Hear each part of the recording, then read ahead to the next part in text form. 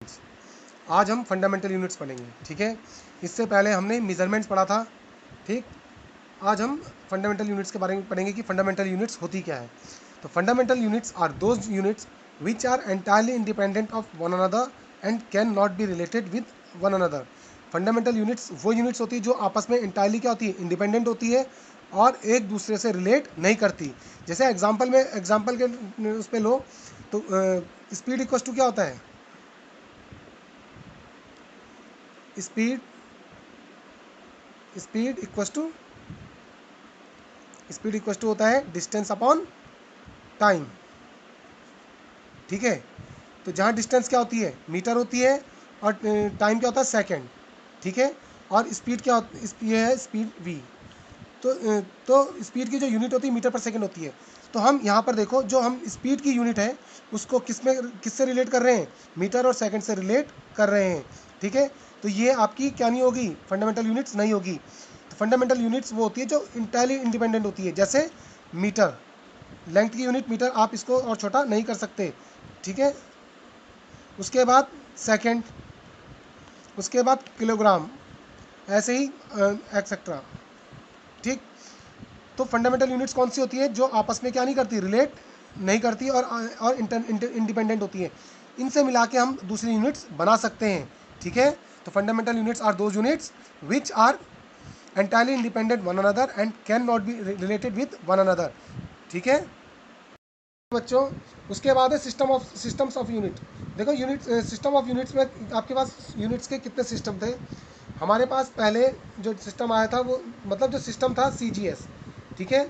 एक सिस्टम है आपके पास CGS, जहाँ पर जो CGS में क्या होता है, CGS में लेंथ को सेंटीमीटर में, लेंथ को सेंटीमीटर में,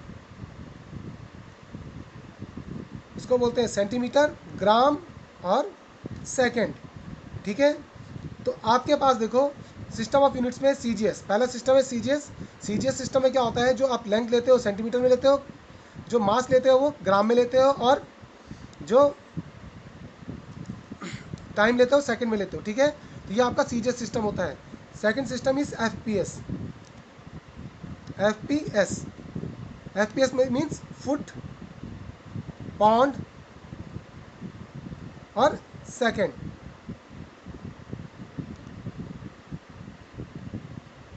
ठीक है। जहाँ पर जो लेंथ होती है फुट में मेजर की जाती है, P जो आपका मास होता है वो पाउंड में आता है, और जो टाइम आता है वो सेकंड में आता है, ठीक है। It is also known as British system. जो आपका FPS होता है वो ब्रिटिश सिस्टम होता है, ठीक है। उसके बाद जो आपका थर्ड सिस्टम आया वो आया MKS। क्या आया, MKS। यहाँ जो लेंथ होती है वो मीटर में होती है, मास होता है केजी में, किलोग्राम, और जो टाइम था वो सेकंड में था, ठीक है। लेकिन इसके बाद 1960 में आपका नया सिस्टम आया, दैट इज SI सिस्टम। कौन सा सिस्टम आया, SI सिस्टम, ठीक। जो ये SI सिस्टम था, इससे पहले इस SI 1960 से पहले, यानी कि SI सिस्टम से पहले हमारे पास तीन फंडामेंटल यूनिट्स थी, मीटर, सेकंड, किलोग्राम, ठीक है। 1960 से पहले हमारे पास तीन क्या थी, फंडामेंटल यूनिट्स थी, मीटर, किलोग्राम, सेकंड, ठीक है। जहाँ मीटर के लिए, मीटर लेंथ के लिए होता था, टाइम के लिए सेकंड, और मास के लिए किलोग्राम, ठीक। उसके बाद जब SI सिस्टम आया तो आपकी जो फंडामेंटल यूनिट्स थी वो 7 फंडामेंटल यूनिट्स में आ गई, और जो आपका उसके बाद फंडामेंटल यूनिट के साथ साथ आपकी दो सप्लीमेंट्री यूनिट्स भी आई, ठीक है। अब हम सप्लीमेंट्री SI सिस्टम के बारे में पढ़ेंगे बच्चों। जो SI सिस्टम है, मैंने आपको बताया था 1960 से SI सिस्टम हो गया था। SI सिस्टम में 7 फंडामेंटल यूनिट्स थी। कितनी फंडामेंटल यूनिट्स थी, 7, और 2 कम्प्लीमेंट्री यूनिट्स थी। तो पहले हम फंडामेंटल यूनिट्स के बारे में पढ़ेंगे। तो टाइप्स ऑफ फंडामेंटल यूनिट्स में पहली जो यूनिट थी वो लेंथ के लिए थी। क्वांटिटी है लेंथ,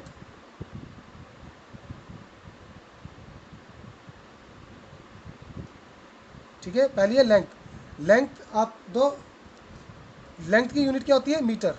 लेंथ की यूनिट मीटर होती है, ठीक है, M। दूसरा होता है आपका मास, मास किलोग्राम, ठीक है, kg। उसके बाद तीसरा आता है आपका टाइम, टाइम का होता है second,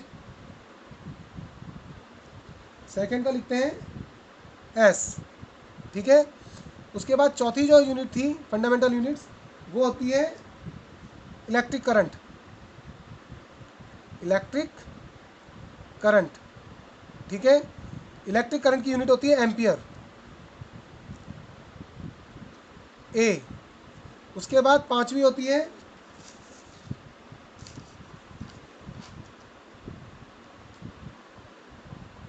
thermodynamic temperature, temperature, thermodynamic, thermodynamic temperature, ठीक है। इसकी जो थर्मोडायनेमिक टेम्परेचर की जो यूनिट होती है वो आपकी केल्विन होती है। क्या होती है? केल्विन, के, ठीक। उसके बाद होती है ल्यूमिनस इंटेंसिटी, जो छठी है वो होती है ल्यूमिनस इंटेंसिटी। बच्चों जो हमारी 6 यूनिट है एसआई सिस्टम की, वो है ल्यूमिनस इंटेंसिटी ऑफ सोर्स। तो ल्यूमिनस इंटेंसिटी ऑफ सोर्स कितनी होती है? कैंडेला, ठीक है। उसके बाद जो 7वीं यूनिट होती है वो होती है अमाउंट ऑफ सब्सटेंस, ठीक। अमाउंट ऑफ सब्सटेंस कितना होता है? मोल, अमाउंट ऑफ सब्सटेंस मोल होता है। देखो हमारे पास 7 फंडामेंटल यूनिट्स हैं। कौन कौन सी हैं? लेंथ, मास, टाइम और electric current, thermodynamic temperature, luminous intensity और अमाउंट ऑफ सब्सटेंस। ये हमारी क्या है? 7 फंडामेंटल यूनिट्स है। उसके बाद हमारे पास 2 सप्लीमेंट्री यूनिट्स भी आती हैं, ठीक है। एसआई सिस्टम में 2 सप्लीमेंट्री यूनिट होती हैं। एक होती है प्लेन एंगल, प्लेन एंगल होता है रेडियन, ठीक है, प्लेन एंगल रेडियन। और सॉलिड एंगल होता है स्टेरेडियन, ठीक। Plane angle radian, solid angle steradian, ठीक है बच्चों। 1 मीटर, अब आपके पास डेफिनेशन है 1 मीटर की। तो 1 मीटर क्या होता है? 1 metre has been defined as a length of the path travelled by light in vacuum in 1 upon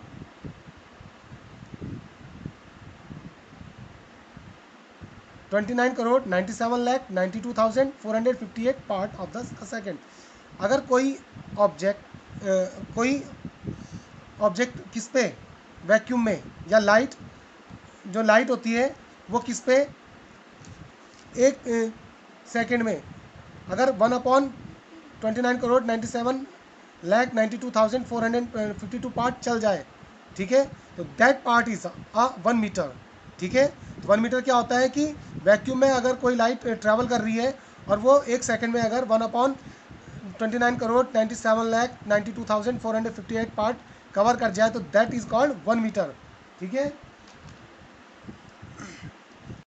तो 1 किलोमीटर इक्वल टू होता है 10 की पावर 3 मीटर के, ठीक है। उसके बाद 1 सेंटीमीटर इक्वल टू 10 की power -2 metre. 1 millimetre, 1 millimetre equal to होता है 10 की पावर-3 मीटर। 1 माइक्रोमीटर, इसको माइक्रोमीटर बोलते हैं। 1 माइक्रोन या 1 माइक्रोमीटर इक्वल टू होता है 10 की पावर-6 मीटर के। 1 नैनोमीटर होता है 10 की पावर-9 मीटर। 1 एंगस्ट्रॉम 10 की पावर-10 मीटर। 1 एक्सरे यूनिट ये होता है 10 की पावर-13 मीटर। 1 फर्मी होता है 1 फर्मी, यानी कि FM, फर्मी मीटर, ठीक है। फेम्टोमीटर बोलते हैं इसे। ये होता है 10 की पावर-15 मीटर के इक्वल, ठीक है। ये तो बेटा छोटी यूनिट है। इसके बाद हमारे पास बहुत बड़ी बड़ी यूनिट्स आती हैं, जैसे astronomical unit. 1 astronomical unit equal to होता है 1.496 इंटू 10 की पावर-11 मीटर के। 1 light year, LY, light year, ये होता है 9.46 इंटू 10 की पावर 15 मीटर के, और 1 पीसी यानी कि पारसेक ये होता है 3.084 इंटू 10⁻16 मीटर के। ठीक है, तो इसको देख लेना। अब हम एस्ट्रोनॉमिकल यूनिट पढ़ेंगे कि एस्ट्रोनॉमिकल यूनिट होती क्या है। ठीक है, एयू। तो 1 astronomical unit is the average distance of sun from earth. देखो, सन और अर्थ के बीच की जो एवरेज डिस्टेंस होती है that is called astronomical unit. ठीक है, एस्ट्रोनॉमिकल यूनिट क्या होती है? 1 astronomical unit is the average distance of sun from earth. Sun और अर्थ के बीच की जो एवरेज डिस्टेंस है that is called astronomical unit. यानी कि 1 astronomical unit equal to 1.496 into 10⁻11 metre. ठीक है, उसके बाद जो दूसरी यूनिट होती है लाइट ईयर। तो लाइट ईयर क्या होती है? एलवाई। 1 light year is the distance travelled by light in vacuum in 1 year. ठीक है, एक साल में जो आप हमारी लाइट ट्रैवल करती है वैक्यूम में, उसको हम क्या बोलते हैं? लाइट ईयर बोलते हैं। ठीक है, तो देखो लाइट ईयर कैसे निकालेंगे? 1 लाइट ईयर इक्वल्स टू किसका वेलोसिटी, किसकी? स्पीड ऑफ लाइट यानी कि 3 इंटू 10⁸ मीटर पर सेकेंड। उसके बाद इंटू कितने साल में? एक साल में, यानी कि 365 डेज 24 आवर्स 60 मिनट्स 60 सेकेंड। इनको जब हम मल्टीप्लाई करते हैं तो हमारा आता है 9.46 इंटू 10⁻15 मीटर। ठीक है, तो ये 1 लाइट ईयर इतने मीटर के इक्वल होता है। ठीक, उसके बाद आती है आपकी पारसेक। तो 1 parsec is the distance at which average radius of the earth orbit around sun would सब्सटेन an angle of 1 second of arc. देखो, जो आपकी एस्ट्रोनॉमिकल यूनिट जितना एंगल सब्सटेन करती है वो आपकी पारसेक होती है। ठीक है, तो एक पारसेक किसके इक्वल होता है? 3.084 इंटू 10⁻16 मीटर के बराबर होता है। ठीक है, जो नेक्स्ट यूनिट है किलोग्राम है। ठीक है, तो 1 kilogram is defined as the mass of a platinum iridium cylinder kept in a Paris. देखो, पेरिस में एक प्लेटिनम इरिडियम सिलेंडर है जिसका मास वो जो मास अगर हम चेक करते हैं तो 1 kg होता है। ठीक है, तो उसकी डेफिनेशन वहीं से है।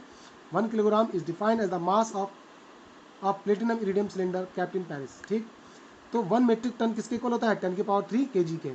1 क्विंटल 10⁻2 kg, 1 ग्राम 10⁻³ kg, और 1 मिलीग्राम होता है 10⁻6 kg के। ठीक है, उसके बाद second. 1 second is defined as the time interval in which cesium-123 atoms completes 9 Arab 19 crore 26 lakh 31,770 vibration in atomic clock. देखो, एक सीजियम की एक क्लॉक रखी है, वो क्लॉक जब 9 अरब 19 करोड़ 26 लाख 31,770 जब वाइब्रेशन कर देती है तब हमारा 1 सेकेंड होता है। ठीक है, कब होता है 1 सेकेंड?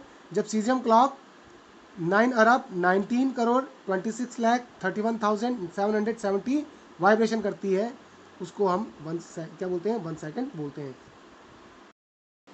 देखो बच्चों, 1 एम्पियर क्या होता है? उसके बाद आपकी जो चौथी यूनिट थी वो 1 एम्पियर थी। तो ampere it is a unit of electric current. Ampere electric current की यूनिट होती है।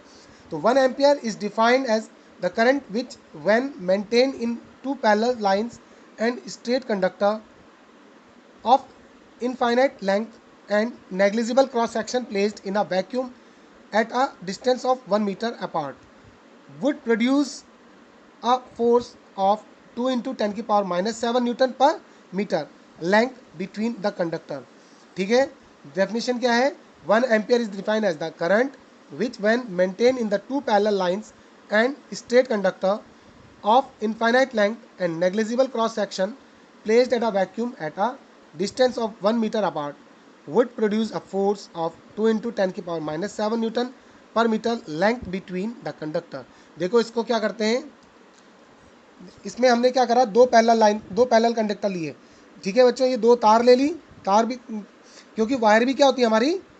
कंडक्टर्स होती हैं। ठीक है, और ये हमने इनफाइनाइट लेंथ के लिए रखी है, हमको नहीं पता इसकी लेंथ कितनी है। जैसे आपके घरों के बाहर वायर वो चलती हैं, करंट फ्लो होता है वायर्स पे, वैसे आपने ले लिया 2 पैरेलल कंडक्टर ले लिए। इन कंडक्टर के बीच की डिस्टेंस आपने 1 मीटर ली। कितनी ली? 1 मीटर। ठीक है, ये 1 मीटर की लेंथ का क्या है? पैरेलल कंडक्टर है। इस कंडक्टर में जैसे ही इसमें करंट फ्लो होगा, ठीक, इसमें करंट फ्लो होगा तो इसमें क्या लगेगा 2.2 इंटू 10⁻⁻7 न्यूटन पर मीटर का मतलब देखो बच्चों, जो ये इसकी हर मीटर के बाद एक एक मीटर पे इसको बांट देंगे तो उस पर क्या लगेगा 2 इंटू 10⁻⁻7 न्यूटन पर मीटर का जो फोर्स लगेगा इस वायर पे। जैसे हम इस पर करंट फ्लो करेंगे, इस पर अगर 2 इंटू 10⁻⁻7 न्यूटन पर मीटर का फोर्स लग जाएगा तो दैट इज कॉल्ड 1 एम्पियर। तो that current which is flow in this wire, it produce a 2 into 10⁻⁻7 newton per metre force when it kept in the 1 meter distance and in a vacuum, then the current flow in this wire is 1 ampere। ठीक है बच्चों, उसके बाद हमारी अगली unit है kelvin. Kelvin की definition, 1 kelvin is 1/273.16 part of a thermodynamic temperature of the triple point of water. देखो केल्विन क्या होता है, एक किसी भी वाटर का के ट्रिपल पॉइंट का कितना 1/273.16 पार्ट होता है। देखो बच्चों, इसको हम ऐसे समझते हैं, इधर आओ। इसके लिए सबसे पहले आपको थर्मोडायनेमिक टेम्परेचर समझना पड़ेगा कि थर्मोडायनेमिक टेम्परेचर होता क्या है। ठीक है, तो थर्मोडायनेमिक बेटा टेम्परेचर वो होता है, वो टेम्परेचर जिसमें, क्योंकि आपको पता है कोई भी ऑब्जेक्ट, कोई भी पार्टिकल्स है, कोई भी सब्सटेंस है, वो किसका बनता है, पार्टिकल का बनता है। ठीक है, तो कोई भी जो सब्सटेंस है पार्टिकल का बनेगा, और उस पार्टिकल में जब हम टेम्परेचर डाउन करते जाते हैं, ठीक है, तो उसमें एक ऐसी पोजीशन आती है जहाँ पर वहाँ पर क्या होगा, मोशन क्या हो जाएगा, मिनिमम पॉसिबल मोशन होगा, मिनिमम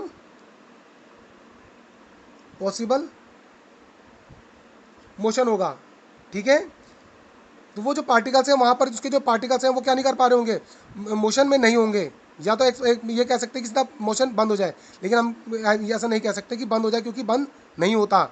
तो मिनिमम हो जाए, बहुत कम मोशन हो, वो पार्टिकल्स मोशन में ही ना रहे। ठीक, और वो जो टेम्परेचर है, जिस मिनिमम पॉसिबल टेम्परेचर, वो जो वो कम से कम टेम्परेचर है जिसमें वो क्या हो रहा है, उसके पार्टिकल्स क्या नहीं कर रहे, मूव नहीं कर रहे हैं, पॉसिबल मोशन में तुझे टेम्परेचर, जिस टेम्परेचर पे वो मिनिमम टेम्परेचर पे वो क्या हो रहे हैं, मोशन पे नहीं है, वो आपका थर्मोडायनेमिक टेम्परेचर होता है। ठीक, उसके बाद केल्विन की डेफिनेशन के लिए अगला जो पॉइंट है वो ट्रिपल पॉइंट समझना पड़ता है कि ट्रिपल पॉइंट होता क्या है। देखो, आपने वाटर लिया, आपने क्या करा, आपने फ्रिज से बर्फ़ निकाली, ठीक, उसको एक पानी लिया, पानी के अंदर डाल दी, बर्फ़ ली, बर्फ़ में एक आपने बाउल लिया, बाउल में आपने बर्फ़ ली, बर्फ़ के अंदर क्या डाल दिया, कुछ पानी भी डाल दिया। ठीक है, थोड़ी देर बाद आप देखोगे कि वो जो बर्फ़ है और जो पानी का मिक्सचर हो रहा है, थोड़ी देर रखने के बाद उसमें से हल्का सा क्या निकल रहा है, वेपर भी निकल रहा है। ठीक है, तो इसका मतलब वो जो वाटर है वो 3 स्टेट में आ गया। कौन कौन सी स्टेट है, 3 स्टेट, सॉलिड, लिक्विड और गैस, तीनों स्टेट में आ जाएगा।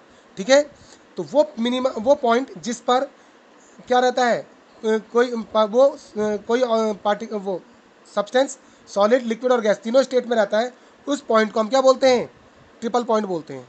ठीक है, आगे समझ में, वो पॉइंट जिस पर कोई भी आपका मैटर सॉलिड, लिक्विड और गैस तीनों स्टेट में रहता है, उसको हम ट्रिपल पॉइंट बोलते हैं। ठीक है,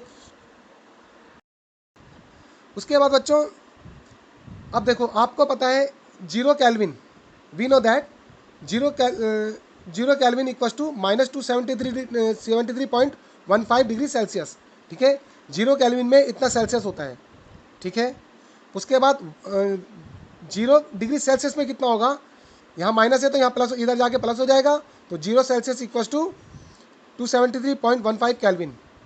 ठीक, उसके बाद triple point of a water, water का ट्रिपल पॉइंट होता है 0.01 सेल्सियस। आप क्या करोगे, आपने जो मैंने आपको बताया था, आपने वाटर लिया था, उस वाटर के अंदर आपने आइस डाल दी थी और उसमें से गैस भी निकल रही थी। ठीक है, वेपर निकल रही थी, गैस निकल रही थी। आप अगर उसका टेम्परेचर मेज़र करोगे तो वो उसका टेम्परेचर इतना आता है 0.01 सेल्सियस, 0 डिग्री सेल्सियस ये आता है। ठीक है, अब ऊपर कितना था, 0 डिग्री सेल्सियस किसके इक्वल था, 273.15 के, तो 0.01 सेल्सियस किसके इक्वल हो जाएगा, 0 डिग्री सेल्सियस, ये इक्वल हो जाएगा आपका 273.16 केल्विन के। ठीक है, अब तो वो उस पॉइंट में वो जो पॉइंट है उसमें केल्विन कितना आया, 273.16 केल्विन उस 0.1 में।